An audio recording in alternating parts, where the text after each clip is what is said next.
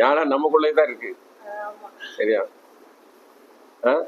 நமக்குள்ள இருக்கு. அது நம்ம பொக்கிஷம் நமக்குள்ளதான் இருக்கு. என்ன பாய்? ஆமா, பொக்கிஷம் தான் நம்ம தேடி கண்டுபிடிக்கதான் நம்ம வேலை.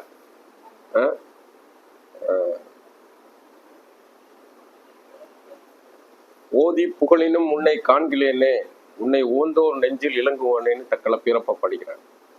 ஓதுறது படிக்கிறதுன்னா அவனை பார்க்கறதுக்கு. ஆனா அது படிச்சவன தெரியுமா? சூழ்ல சொல்லி கொடுக்கணும்ல.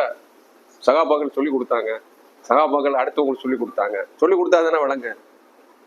சொல்ல புரியுதா? என்ன? அப்போ எதையுமே நம்ம அனுபவிச்சு பார்த்தா தான் வேணுங்க.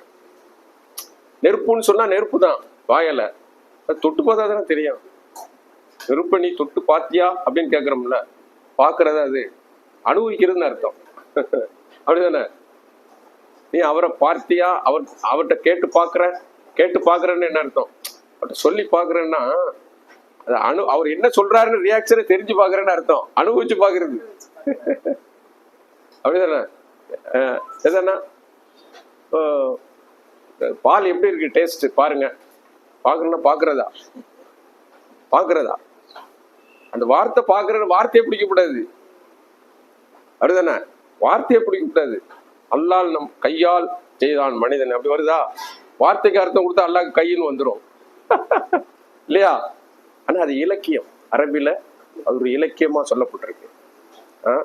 ஒரு பிரத்யேகமான படைப்புன்னு அர்த்தம். நம்ம அல்லாஹ்வுடைய தனி கவனத்துடைய எல்லாத்தையும் அவன் தான் படைச்சிருக்கான். மனிதன் தன்னுடைய அப்துவா படைச்சிருக்கான், தன்னுடைய கலீஃபாவா படைச்சிருக்கான். ஆதம கலீஃபா, அல்லாஹ்வுடைய பிரதிநிதி இல்லையா? மனுஷன் தான் இந்த உலகத்தை ஆளுறான். வேற ஏதாவது படைப்பு ஆளுதா?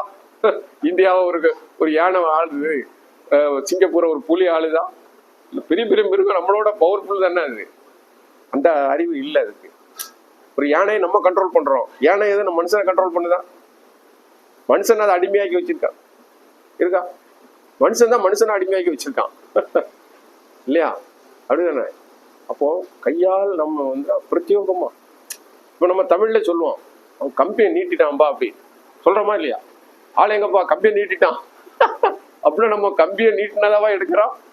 வார்த்தைக்கு வார்த்தை பொருள் வச்சா நம்ம என்ன எடுக்கணும்? கம்பியை அடிச்சு நீட்டுறாருன்னு எடுக்கணும். நம்ம என்ன புரிஞ்சுக்கிடுவோம்? ஓடிட்டாரு. அப்ப இது இலக்கியம். 1982 80 இந்தியா இந்திராவின் கையில் இருந்தது அப்படின்னு சொல்றோம். இந்திரா காந்தி அம்மையாரோட கையில இருந்ததுன்னா கையிலே இருந்தது இந்தியா.